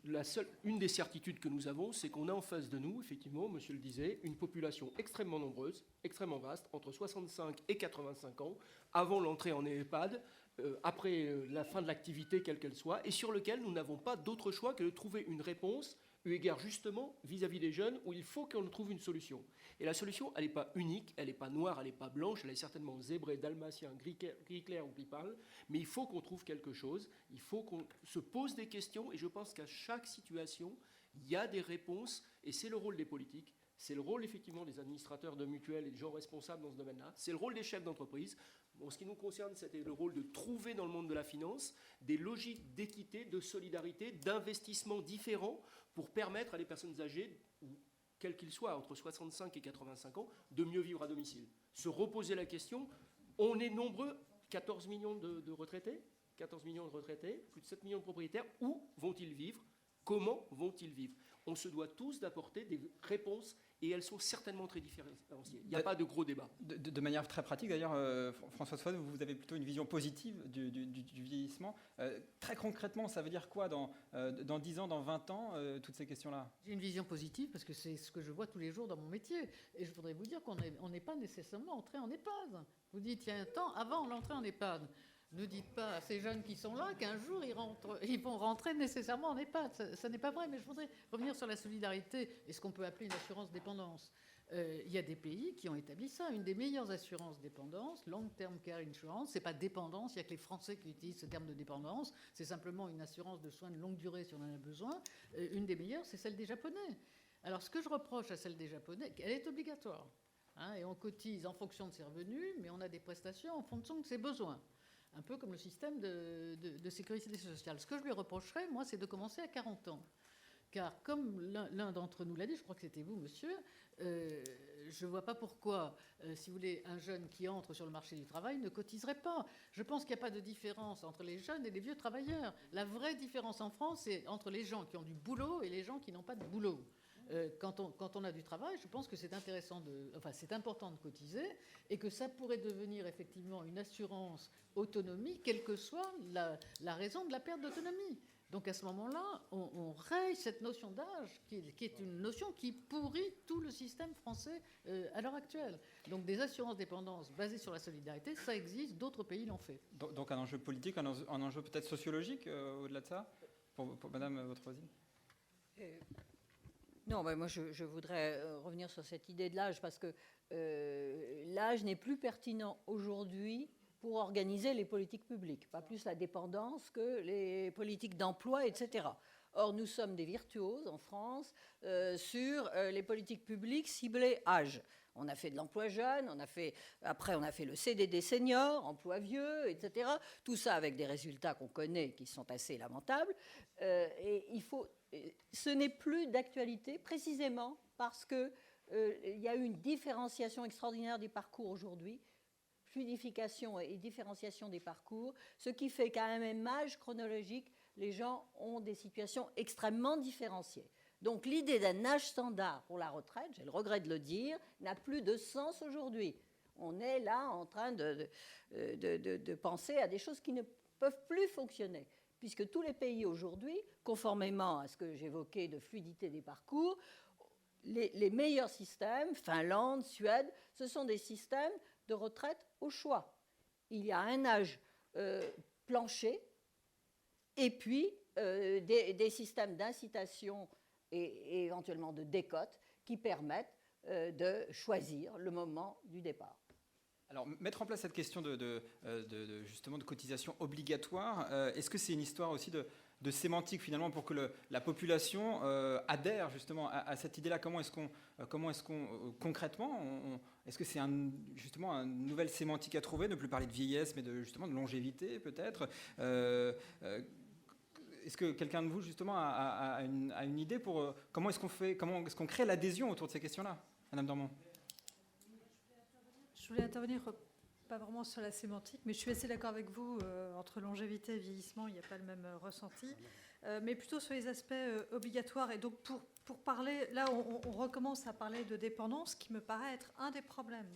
Donc il y en a d'autres. On parlera peut-être du travail. Si on parle si on parle par exemple de santé, et quand je parlais d'obligatoire, c'est une des questions qui, à mon avis, doit être posée et qui va être soulevée certainement, c'est qu'est-ce qu'on fait de la complémentaire santé? Est-ce qu'on la conserve comme étant facultative ou obligatoire? Donc je trouvais très intéressant qu'il y ait la personne en charge de l'AGIRC et de l'ARCO, puisque là c'est une originalité française, c'est un régime complémentaire obligatoire de retraite. Donc je pense que la question doit être posée, je ne connais pas la réponse sur les mutuelles, sur les complémentaires santé. Je pense qu'il faut se poser la question de rendre obligatoire ces assurances pour des raisons d'équité qui sont un peu longues à développer. Mais alors là, en prospective, c'est là que quand même j'ai un certain nombre de problèmes, et je pense que je ne suis pas la seule, c'est que nous sommes déjà à 43% de prélèvements obligatoires. Donc si on met une complémentaire santé obligatoire, une assurance dépendance obligatoire, on voit bien qu'on va vers un pourcentage de dépenses qui resterait du libre choix des individus de plus en plus restreint. Donc je pense que c'est aussi une des questions, et d'autant plus si on essaye de lutter contre le réchauffement climatique, et si on introduit une fiscalité écologique, et si la croissance est un peu ralentie avec tout ça. Donc on voit bien qu'on va un peu vers un autre monde que j'ai tendance à analyser comme étant une phase de progrès où justement le niveau de revenu est tellement élevé qu'on peut déplacer un peu les proportions mais je crois que c'est quand même... il faut voir en face ce que ça signifie en termes de taux de prélèvement obligatoire. Ça signifie quelque chose d'assez important. Alors justement, peut-être effectivement, puisque a priori tout le monde est relativement d'accord sur le fait qu'on vit plus longtemps en bonne santé, que peut-être justement il faut repenser la place de l'emploi et alors qu'après on place le curseur de l'âge ou pas, mais la question de l'emploi est importante. Reste aussi la question du financement. Si la dépendance, si la longévité est aussi synonyme de croissance économique, est-ce que c'est cette croissance qu'on peut aller chercher pour justement financer toutes ces questions du 5e âge, etc.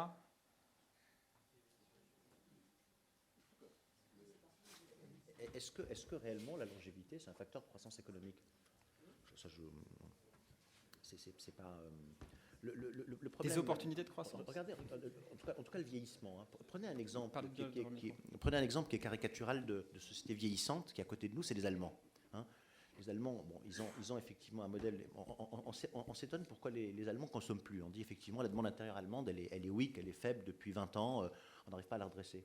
Mais il faut y aller, simplement, il faut regarder, c'est un pays de vieux. C'est-à-dire c'est un pays où la population a... Non mais c'est vrai, et de vieux riches en plus, c'est-à-dire qui n'ont plus de besoin, lorsque vous avez 4 voitures, 3 frigos, etc., et puis qu'en plus vous êtes allemand, c'est-à-dire vous êtes économe, vous aimez bien les trucs qui durent longtemps, mais à un moment vous n'avez plus besoin de consommer. Enfin, et à l'Ouest, c'est ça la réalité. Alors effectivement, ils vont mourir riches parce qu'ils sont très efficaces, parce qu'effectivement ce sont des salariés expérimentés, donc effectivement qui sont très productifs, très expérimentés, et qui ont réussi effectivement à avoir une spécialisation industrielle qui va avec. Donc effectivement, c'est une énorme machine à exporter. Mais effectivement, la question de la solidarité qui crée justement la croissance dont parlait M. Laxalt tout à l'heure. Non, c'est effectivement les services. Je suis d'accord avec Jean-Michel Laxalt. Peter Drucker l'a bien montré. L'emploi productif, ça a été le phénomène du 19e siècle et du début du 20e siècle, sur un plan historique, d'histoire économique. Depuis les années 30, l'essentiel des emplois qui ont été créés dans les économies modernes sont des emplois qui ont été créés dans l'éducation, dans la santé, et effectivement dans un certain nombre de services publics. Donc on n'est plus sur de l'emploi productif. Les moteurs, effectivement, de la création d'emplois ne sont plus des moteurs d'emploi productif, mais ça depuis des décennies déjà. Donc c'est vrai que des sociétés l'emploi, le moteur de l'emploi, ça a été effectivement le développement des services publics, mais aussi de l'éducation nationale. C'est pas seulement des services de santé qui ont effectivement créé des millions d'emplois dans les dernières décennies. Mais je pense que c'est pas pour autant, donc c'est pas un phénomène récent, donc c'est un phénomène qui est un phénomène quasiment séculaire, et donc on peut pas dire aujourd'hui que c'est un facteur de création de richesse actuelle comme ça. Enfin, je m'inscris en faux là-dessus. Attendez. Madame Faure. Oui. Moi, j'ose pas trop prendre la parole sur ce sujet parce que je me rappelle avoir parlé de ça avec Jean Hervé il y a au moins 6 ou 7 ans, je sais pas, bilan, lors d'un dîner. Et j'ai voulu donner quelques éléments de ce genre. Et il m'a dit, écoutez, vous connaissez bien l'Alzheimer, moi je connais bien l'économie. Donc, je me suis arrêtée. Tu te souviens? Donc, je me suis arrêtée. Non, mais depuis, ça s'est inversé. Donc, que je me suis abstenue définitivement de parler d'économie. Mais il y a quand même un certain nombre de travaux intéressants qui montrent que c'est un facteur de croissance économique. Alors je pense que tous les économistes ne le partagent pas, parce que comme en médecine, il y a les pour, il y a les contre de certaines théories. Mais quand on voit ce que dit l'OMS, c'est vrai que c'est pour les pays en voie de développement, ça, qui conclut qu'une augmentation de 10% de l'espérance moyenne de vie à la naissance contribue au moins à 0,3 points de croissance supplémentaire par an. Ça, c'est la transition démographique, c'est les pays en développement, c'est vrai.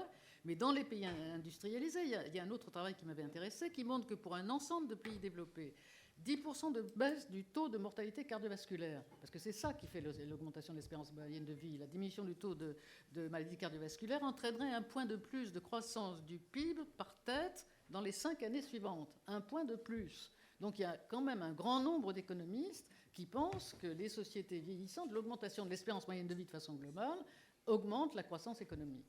Mais je ne parle pas d'économie, mon cher Jean-Hervé. Parfaitement d'accord, mais en intégrant qu'effectivement, il y a beaucoup de... L'ensemble de cette population, on va dire âgée, sans pouvoir parler d'âge, sont des consommateurs. Des consommateurs peut-être de services à la personne, des consommateurs de santé, mais des consommateurs tout court. Et sur lequel, effectivement, si on regarde par rapport aux pays étrangers, sur l'exemple là, le taux, par exemple, de détention de propriété est beaucoup plus élevé que les autres pays. Et on a donc une richesse globale des seniors qui est plus centrée sur le patrimoine et moins sur l'épargne, même si l'épargne est effectivement importante pour les retraités par rapport aux actifs, mais sur les seniors, il y a plus de patrimoine et moins d'épargne, si on compare aux autres pays. Donc il y a des moyens aussi, là encore, de retransformer le patrimoine pour donner de la liquidité, cette liquidité qui permet effectivement de mieux vivre, de consommer, que ce soit dans le domaine de la santé ou d'autres. Peut-être juste là-dessus, il faut quand même faire attention. Les seniors ne consomment pas. Le Crédoc le montre bien. La consommation. Il y a une étude de mai 2010 qui est très récente qui montre bien que la consommation décline à partir de 50 ans. Donc est-ce qu'il faut utiliser l'épargne des seniors? C'est notre débat, mais ils consomment moins. C'est-à-dire la consommation est déclinante à partir de 50 ans. Ça, c'est une réalité factuelle. Jean-Michel Lasserie. Oui, je pense j'étais un petit peu choqué parce que vous disiez à l'instant sur on ne crée pas d'emplois productifs. On ne crée pas d'emplois productifs au vieux sens et industriel, etc. Bon, si vous considérez le tertiaire, si vous réservez le mot productif à l'industrie... Les tertiaires, je parlais de services publics. Mais si vous pensez, par exemple, je ne sais pas moi, au tourisme ou des trucs comme ça, et si vous pensez au patrimoine, puisqu'on parle du patrimoine, moi je suis frappé, par exemple en Italie, ils ont un truc qui s'appelle l'agritourisme, et qui consiste effectivement à mettre en valeur le patrimoine rural en faisant du tourisme. Et l'agritourisme que je connais...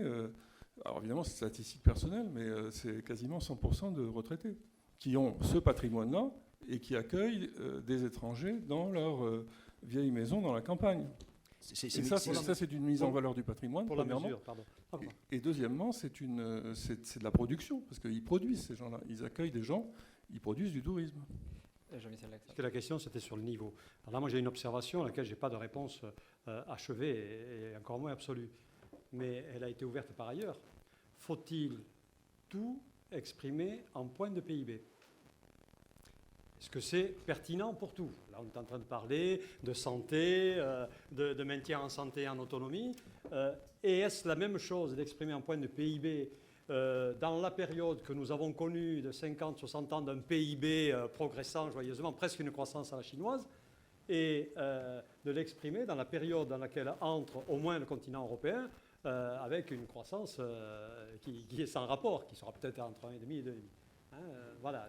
Enfin, la question est ouverte et je crois qu'elle mérite d'être éclairée désormais. Malheureusement, il ne reste pas beaucoup de temps. Je voudrais savoir que si la salle, justement, a des questions. Monsieur ?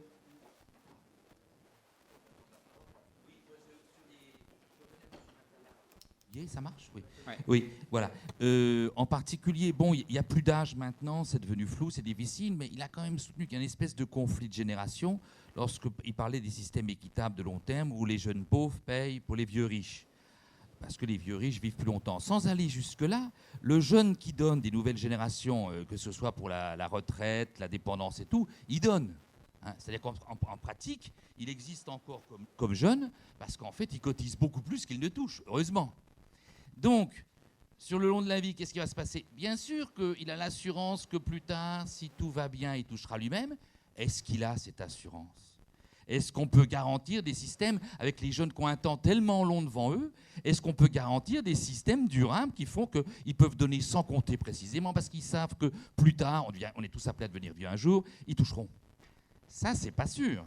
Donc c'est ça qu'il faut, c'est ce qu'un autre intervenant parle d'adhésion confiance, c'est ça. Les systèmes très longs qui sont là. On s'occupera de vous quand vous serez dans le même état. Sûr, ça ? Non, justement. C'est tout le problème. Mais c'est Jean-Michel Laxalt qui l'a bien exprimé, c'est que les systèmes solidaires ne sont pérennes que si on a la perspective qu'on en bénéficiera un jour. Oui, excusez-moi, j'ai perdu mes lunettes. Aujourd'hui, je crois que c'était très bien formulé et c'est très juste. On ne peut pas bâtir une solidarité sur un système où effectivement vous payez finalement pour vos parents, vos grands-parents, avec vous-même la perspective que sans doute vous ne serez pas aussi bien pris en charge. Et c'est ce qu'on voit aujourd'hui quand on fait des enquêtes, des enquêtes même des quantités classiques sur des populations représentatives, et qu'on leur demande la perception de la protection sociale. Les gens ne sont pas inquiets de ce qu'il y a aujourd'hui, parce qu'ils reconnaissent tous que le modèle social français fonctionne encore globalement très bien. Mais ce qui sera en fait, ils disent, c'est pas aujourd'hui qu'on est inquiet, c'est pour demain. Voilà. Vous interrogez des gens de 45 ans, ils vous disent, nous, à 65 ans, on ne sera pas pris aussi bien en charge que nos parents. J'avais une autre question pour vous. Est-ce que c'est vrai ou pas? Peu importe. Voilà, j'avais une autre question là-dessus, parce que justement, avoir une attitude solidaire, par rapport à ce que vous dites, vous avez rappelé la phrase de François Xavier, la solidarité d'une fille aînée de l'ignorance. Ça renvoie aux travaux de Rosan Vallon sur le voile déchiré, tout ça. Non, la solidarité, une des bases de la solidarité, c'est de ne pas tenir compte de l'information qui vous est favorable. Et ça, on peut le faire peut-être, y compris en non obligatoire, si les gens ont vraiment cet esprit solidaire. Simplement, oui, là-dessus, pour vous répondre, moi je doute, je suis peut-être un peu plus pessimiste que vous, mais je doute que sans une contrainte collective, on arrive effectivement à maintenir ça. C'est-à-dire que c'est ce qu'expliquait bien un des intervenants ce matin, c'est que vous allez mettre en place un nouveau régime sur la dépendance. Vous faites quelque chose de facultatif, les gens ils vont aller faire des tests prédictifs. Ça pose effectivement ils vont dire, moi j'ai pas de risque d'Alzheimer, je vais certainement pas m'assurer en dépendance à titre individuel, c'est débile. Et c'est logique.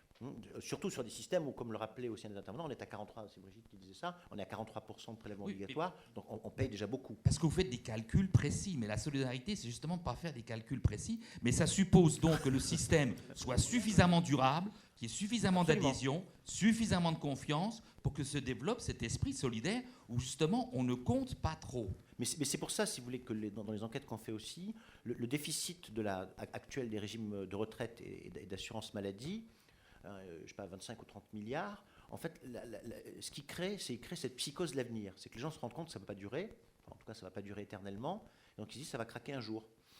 Et effectivement, quand vous avez 30-35 ans, vous dites ça va craquer le jour où je n'aurai besoin moins.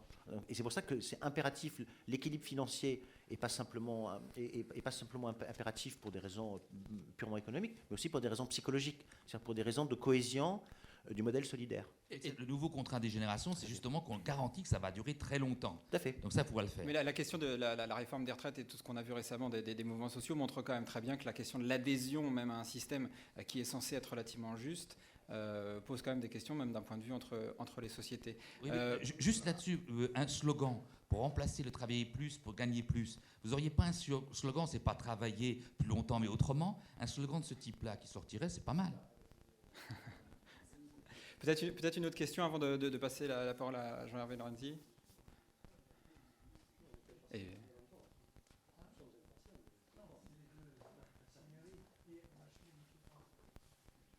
Bon. Question, pas question. Ok. Écoutez, en tout cas, merci beaucoup. Je crois que le temps qu'on avait c'est terminé. Je passe la main donc à Jean-Hervé Lorenzi avec la question de la société vieillissante. Sont-elles condamnées? Merci.